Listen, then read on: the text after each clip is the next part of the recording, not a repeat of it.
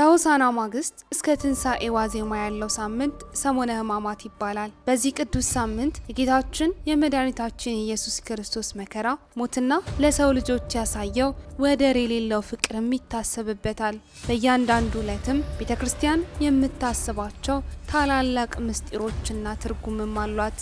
ሰላም ጤና ይስጥልን ውድ የጊዜ ቲዩብ ቤተሰቦቻችን እንደምሰነበታችሁልን፣ ሰላም እግዚአብሔር ከእናንተ ጋር ይሁን። በዛሬው ዝግጅታችን በሰሞነ ሕማማት ምን ማድረግ አለብን፣ ምንስ እንከለከላለን የሚሉትን እውነታዎች ልናስቃኛችሁ ወደናል። በዚህ ጉዳይ ላይ ቅድስት ቤተ ክርስቲያናችን ሊቃውንት ታላቅ እውነት አላቸው።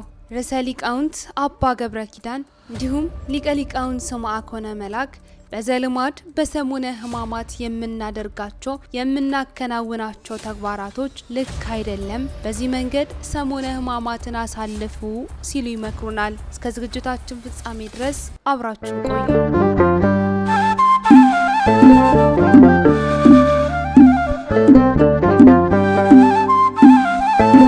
ሰሞነ ሕማማት አምላካችን መድኃኒታችን ኢየሱስ ክርስቶስ ለዓለም ሁሉ ቤዛ ሆኖ ተላልፎ መሰጠቱን የምናስብበት ታላቅ ሳምንት ነው። ይህንንም ምክንያት በማድረግ የስርዓት ለውጥ ሲደረግ እንዲሁም ደግሞ ሲመለከቱ ግራ የሚጋቡና ስርዓተ አምልኮውን በሚገባ ከመከታተል ይልቅ ስርዓት የጣሱ እየመሰላቸው የሚጨነቁ በርካቶች ናቸው። ታዲያ ለዚህ መፍትሄውን ዘንዳ ሊቀ ሊቃውንት ስምዐ ኮነ መላክ ሰሞነ ሕማማትን በተመለከተ አንድ አጠር ያለ መልእክትም አስተላልፈዋል። ሊቀ ሊቃውንት ስምዐ ኮነ መላክ በመልእክታቸው እንዲህ ይላሉ።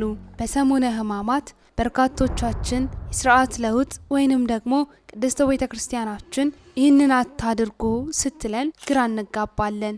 ነገር ግን ሁላችንም ግራ ከመጋባት ይልቅ የትኛውን ማድረግ የትኛውን አለማድረግ እንደሌለብን ልንረዳ ይገባናል። በመሆኑም በሰሞነ ሕማማት በስመ አብ ወወልድ ወመንፈስ ቅዱስ አሐዱ አምላክ ብሎ ፊትንና መላ ሰውነትን በትምህርተ መስቀል ወይም በመስቀል ምልክት ማማተብ ፈጽሞ አይከለከልም። ከካህን እጅ ቡራኪ አንቀበልም፣ በካህናት እጅ ያለውን መስቀል አንሳለምምና ማማተብ የለብንም በሚል ፍልስፍና ካልሆነ ማማተብ ክልክል ነው ተብሎ የተጻፈበት ቦታ የለም። ስለዚህ በሰሞነ ሕማማት በስመ አብ ወወልድ ወመንፈስ ቅዱስ አሐዱ አምላክ አሜን ብሎ ፊትንና መላ ሰውነትን ማማተብ ይቻላል። ሌላኛው በሰሞነ ሕማማት የማይከለከለው ጉዳይና በዘልማድ ተከልክሏል ብለን የምናምነው የጸሎት ጉዳይ ነው። በሰሞነ ሕማማት የሚከለከል ጸሎት የሌለ መሆኑን ሁላችንም ልንረዳ ይገባናል። ስለዚህ ሁላችንም በትጋት ልንጸልይ ይገባል። መስዋዕት ካለመሰዋታችን፣ ቅዳሴ ካለማስቀደሳችን በቀር በዚህ ሳምንት ከብሉይ ኪዳን መጽሐፍ ጀምሮ እስከ ሊቃውንት ድርሳናት ድረስ በቤተ ክርስቲያናችን የማይጸለይ ጸሎት እንደሌለ ሊቀ ሊቃውንት ስምዐ ኮነ መላክ ያስረዳሉ። በዚህም መሰረት በዘልማድ ጸሎት አይደረግም፣ አቡነ ዘበሰማያት አይባልም፣ እንዲሁም ደግሞ ውዳሴ ማርያም ማድረግ አይቻልም የሚሉ ሀሳቦችንም ውድቅ ያደርጋሉ። በሰሞነ ሕማማት የማይከለከለውና በዘልማድ ግን የምናደርገው ትልቅ ጉዳይ አለ። የሰላምታ ጉዳይ። ሰላምታ መስጠት ከጸሎተ ሐሙስ በስተቀር አይከለከልም። እርሱም ቢሆን አምላካችን ጌታችን መድኃኒታችን ኢየሱስ ክርስቶስ በይሁዳ ሰላምታ ተላልፎ መሰጠቱን ለማስታወስ እንጂ ሌላ የተለየ ምክንያት ስለሌለው በመርሳት ወይንም ደግሞ በሌላ ከድፍረት በተለየ ምክንያት ሰላምታ ያቀረበላችሁን ሰው ልታስደነግጡትና ትልቅ ኃጢአት እንደሰራ አድርጋችሁ ልታስቆጩት አይገባም። በስመ አብ ወወልድ መንፈስ ቅዱስ አሐዱ አምላክ ብሎ መጽሐፍትን ማንበብ ወይንም ደግሞ ሌላ ስራን መጀመርም ይቻላል። ስመ እግዚአብሔርን መጥራት የምንከለከልበት ጊዜ መቼም የለምና። እንዲሁም በሰሞነ ሕማማት የጌታችን ሕማሙና ሞቱ የሚያስታውሱ መጽሐፍትን በማንበብ በመስማት ጊዜያችንን መወሰን ይገባናል። ከነዚህ በተለየ መልኩ በሰሞነ ሕማማት የምንከለከላቸው በርካታ ጉዳዮች አሉ። ይህንንም ሊቀ ሊቃውንት ስምዐ ኮነ መላክ ባሰፈሩት ጽሑፋቸው ላይ እንዲህ ሲሉ ይገልጹታል። በዚህ ሳምንት ተድላ ደስታን ሲያደርጉ መገኘት ከአይሁድ ጋር እንደመተባበር የሚቆጠር ስለሆነ አብዝቶ በመብላትና በመጠጣት ያማረውንና ጌጠኛውን ልብስ በመልበስ ባልና ሚስት በምንጣፍ በመገናኘት እንዲሁም በልዩ ልዩ ምክንያት ከምናደርጋቸው ተድላ ደስታዎችም መራቅ ይገባናል። ቅዱሳት በዘመናቸው ሁሉ ባሰቡት ጊዜ የሚያስጨንቃቸውን የክርስቶስ መከራ እያሰብን ለጥቂት ጊዜ እንኳን ቢሆን የክርስቶስን መከራ በሰውነታችን ማሰብ ይገባናል። የተቻለውም እንደ ጴጥሮስ የራሱን ኃጢአት እያሰበ እንደ ማርያም መግደላዊት የክርስቶስን ሞት እያዘከረ ሊያለቅስ ይገባል። በወዳኛውም ዓለም ከማልቀስ የሚያድነን ዛሬ የራሳችንን ኃጢአት አስበን የክርስቶስን ሞት አዘክረን የምናለቅሰው ለቅሶ ነው እንጂ ዛሬ ከተደሰትን ደስታችንን በዚህ ዓለም ማድረጋችን አይደለም። በተቻለን መጠንም በቤተ ክርስቲያን መዋል ይገባናል። ሕማማተ መስቀልን የሚያስታውሱ መጻሕፍት የሚያነቡበት ሳምንት ስለሆነ ሁላችንም ሕማማተ መስቀሉን የምናስታውስበትን መጻሕፍትም ልናነብ ይገባናል። ነገር ግን በልዩ ልዩ ምክንያት ከቤተ ክርስቲያን መዋል እንኳን ባይቻላችሁ ባላችሁበት ቦታ ሆናችሁ እየዋላችሁ በሐሰት የከሰሱትን እየዋሻችሁ በሐሰት የከሰሱትን የቀማችሁ ልብሱን የገፈፉትን ሰው እየደበደባችሁ በጅራፍ የገረፉትን በወንድሞቻችሁና በእህቶቻችሁ ላይ የፈረዳችሁ በክርስቶስ ላይ የፈረዱበትን በሰዎች ላይ እየተዘባበታችሁ የተዘባበቱበትን በሳቅና በሽንገላ ሰውን እየሸነገላችሁ ሽንገላ በተሞላበት ሰላምታ ጌታውንና መምህሩን አሳልፎ የሰጠ ይሁዳን ልትመስሉም አይገባም። ይልቁንም በአይሁድ እጁ ተላልፎ ቢሰጥም ንጽሐ ባህሪ መሆኑን በማመን እስከ ቀራንዮ የተከተሉትን ደቀ መዛሙርት ልትመስሉም ይገባል። እግራችሁ በመቅደስ ውስጥ ባይቆምም ልባችሁን ከመቅደስ ልታወጡት አይገባም። እያዘናችሁ ባላችሁበት ቦታ ሁላችሁም ዋሉ። እንዲሁም በቤታችሁም ሆነ በቤተ ክርስቲያን አብዝታችሁ ስገዱ።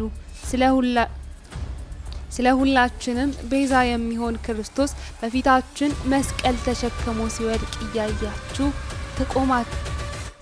እያያችሁ ትቆማላችሁን?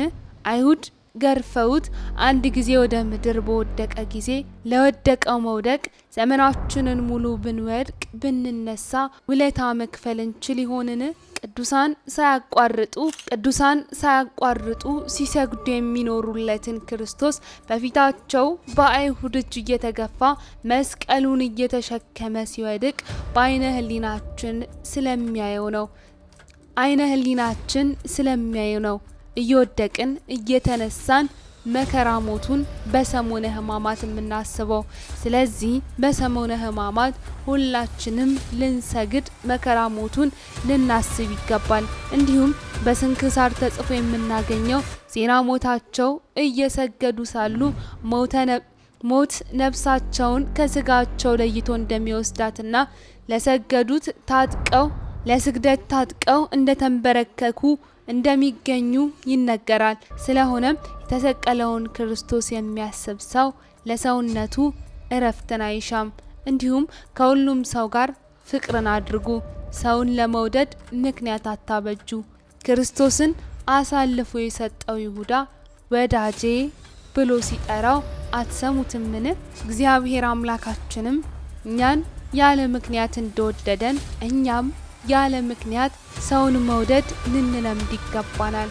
ክርስቶስ እኛ ጠላቱ ሆነን ሳለ ፍቅርን ካላጎደለብን ለጠላታችን ፍቅርን ማጉደል አይገባንም።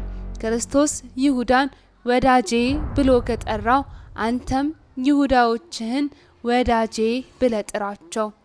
አውቃለሁ ጠላትን መውደድ መራራ ሐሞትን ከመጠጣት በላይ መራራ ነው።